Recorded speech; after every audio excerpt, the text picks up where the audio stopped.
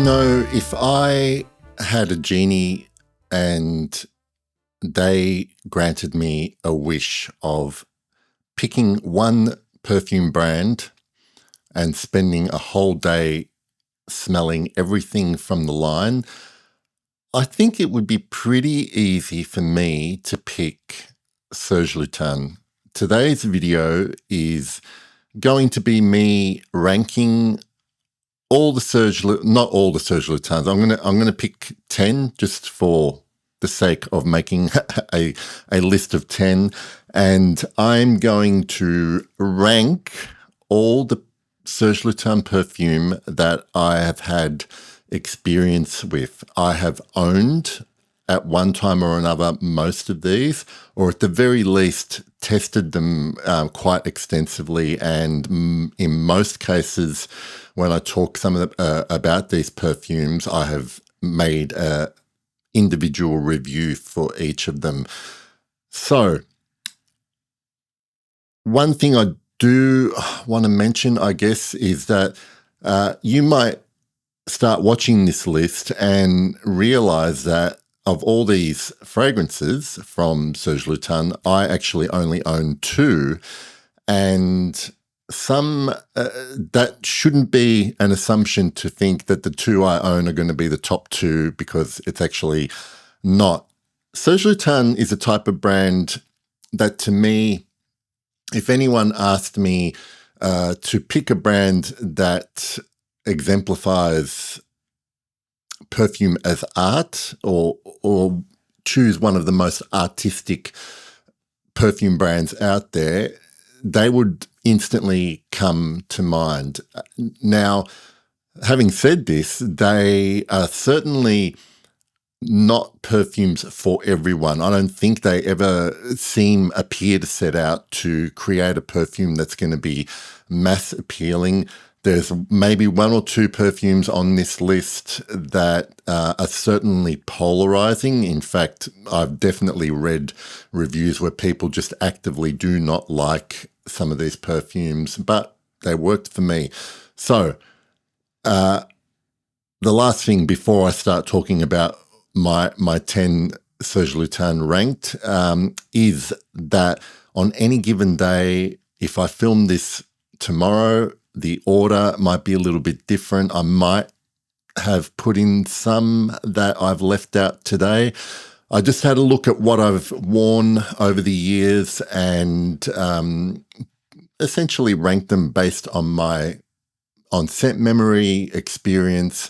So these are my favorite top 10 SERGE Lutens ranked.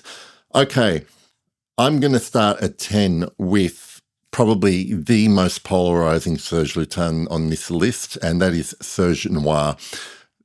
SERGE Noir is very much known for being a clove-heavy scent. There's cumin and other spices, dark spices, as well as incense. That's its kind of main note profile.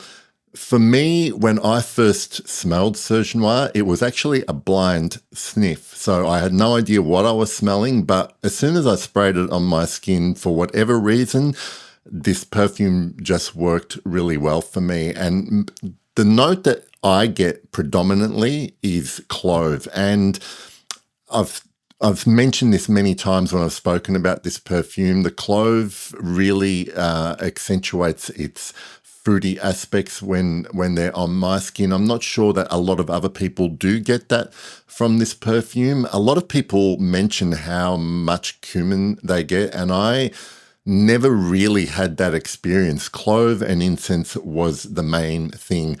The next one on the list at number 9 is one that I did used to own, and it is 5 o'clock au gingembre. This one, to me, was always about the ginger and tea notes in the fragrance. It was definitely a SERGE Lutens that was not as dark as something as SERGE Noir. It was more of a happy, warm, good-feeling scent. And the ginger in it, not your sharp, bright, fresh ginger, more like I always got a gingerbread and tea sort of vibe from it. It's like I guess, it's definitely like an afternoon tea kind of scent and really fits that type of vibe perfectly. Next one on the list at number 8, one that I only ever had a decant of. And again, also, the first time I smelled this one was a blind sniff, and it was very not long after it was actually released. It's been around now for several years, and I think it probably doesn't get talked about as much as it deserves. This is La Couche du Diable, and this one here, for me, definitely labdanum heavy with leathery aspects. When I first smell it, it smelled to me like a leather perfume. And over time and getting more familiar with labdanum perfumes, I realized that there was quite a bit of labdanum. It's kind of smoky. It's a little bit dirty. And over the years, whenever I've smelled it again, I've really come to appreciate La Couche du Diable.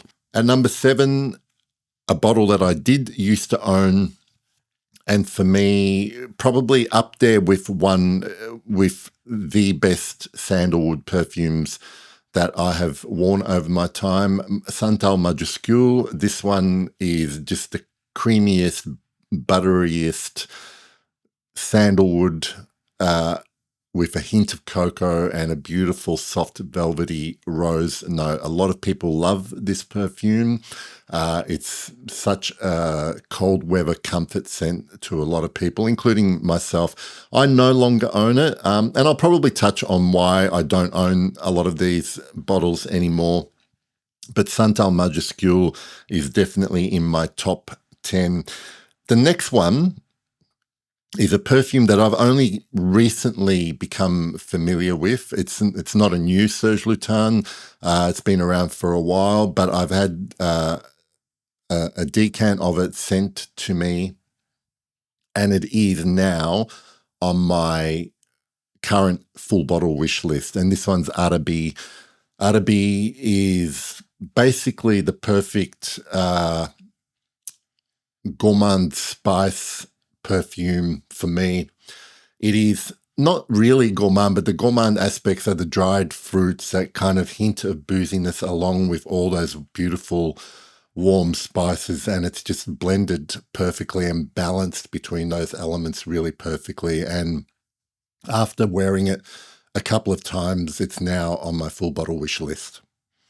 Okay, now into my top 5, and the first of the 2 bottles that I own from Serge Lutens. This is Fum Tur. This is out of all that I've smelled in this genre, the best honeyed tobacco scent profile that I have smelled. I've smelled a few others. In fact, I wore a scent of the day today that's very similar. It's Aqua de Cuba by Santa Maria Novella. Honey Tobacco by Guerlain, or the Pure Havane by Mugler, all of those type of scent profiles, Tobacco Vanille, obviously, but Fum Tur to me is the most complex, the most naturalistic in smell, and I only base that on what I imagine that brief should smell like, and I think Christopher Sheldrake, along with all the other ones that he's composed, really nailed this one. Okay, this next one is probably the first Serge Lutens. It is the first Serge Lutens I ever tried, probably the first one I ever did a review of. And I had not really thought about this perfume for a long, long time until recently, when I saw a couple of posts from people who wear it and love it. And I've always loved it. And I couldn't tell you why in all these years that I never got around to purchasing a bottle. I think this is purely one of those instances where it got pushed to the back of a list and I just never got around to buying it. And I'm talking about probably Serge Lutens' maybe most well-known perfume, that's Shaggy. The last time I smelled it, I mean, it is the best hay note I've ever smelled. It's got a beautiful warm tobacco and gorgeous iris note that ties it all together. And I think I've just kind of been daydreaming about this scent quite a while, and it's joined Arabi now on my full bottle wish list. And I think I will be getting it probably this year, because out of all the SERGE I have on my wish list, this one's the easiest to find and the cheapest one as well. And number 3, Borneo 1834. So these top 3 perfumes, easily interchangeable, I guess. And these top 3 perfumes to me are my top reference for these particular spotlighted notes. Borneo 1834 spotlights patchouli. It is dark. It is almost camphorous, or is a little bit camphorous, but it has this wonderful, dry, dark, a little bit bitter cocoa that it's blended with.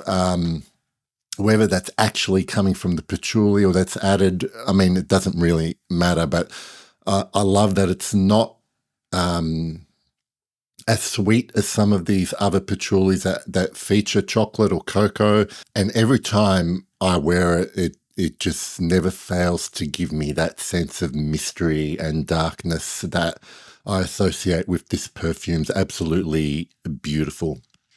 At number 2, one of my reference ambers, the great Ambre Sultan. It's a reference amber for a lot of other fragrance enthusiasts. I am yet to still smell an amber that kind of really does what Ambre Sultan does, in combination with herbs and spices, as well as that beautiful combination of benzoin and labdanum and vanilla that creates an archetypal amber accord.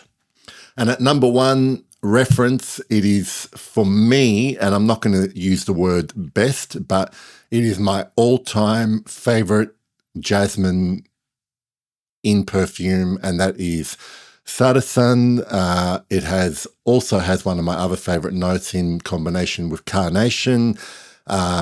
There's a leathery accord that gets into the dry down, but it's all about really that jasmine, and to a lesser extent carnation. Sardasan is really a unicorn for me.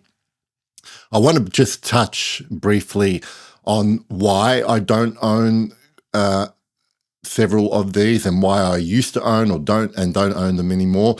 Serge Lutens makes perfumes that are very easy to not fall out of love with, but are very easy to find yourself not wanting to wear for long periods of time. At least for me, it is. When I'm in the throes of a crush on one of these perfumes, I can't get enough of them. And at other times, it's almost like I ghost them and don't want to wear them. But my appreciation of them never diminishes. So for those reasons, over time, I've sold bottles of Serge, I've bought new ones. But I think with Sardasan, Arabi, and now Shaggy on my full bottle wish list, I would be over the moon to be able to get those 3 bottles in the future. And Serge Lutens remains one of, for me, the favorite brands that are making non-designer style perfumes. They still seem to be doing their own thing, not too swayed by commercial trends and that kind of thing. And I absolutely love that about them.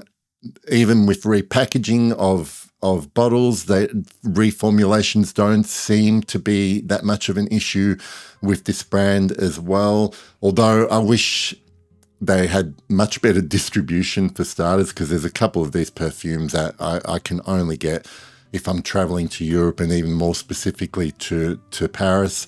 The the chopping and changing with what bottles they're in and relabeling and the price fluctuations that go with that are a con for me with this brand, but I love them enough to kind of let that go sometimes. But yeah, I thought I would let you know what my favorite all-time Serge Lutens perfumes are, and now it's your turn. I want to hear what you love in the comments. And if you're interested, you can have a look at this playlist, and that has every Serge Lutens that I reviewed on this channel. Thank you for watching. As always, bye for now.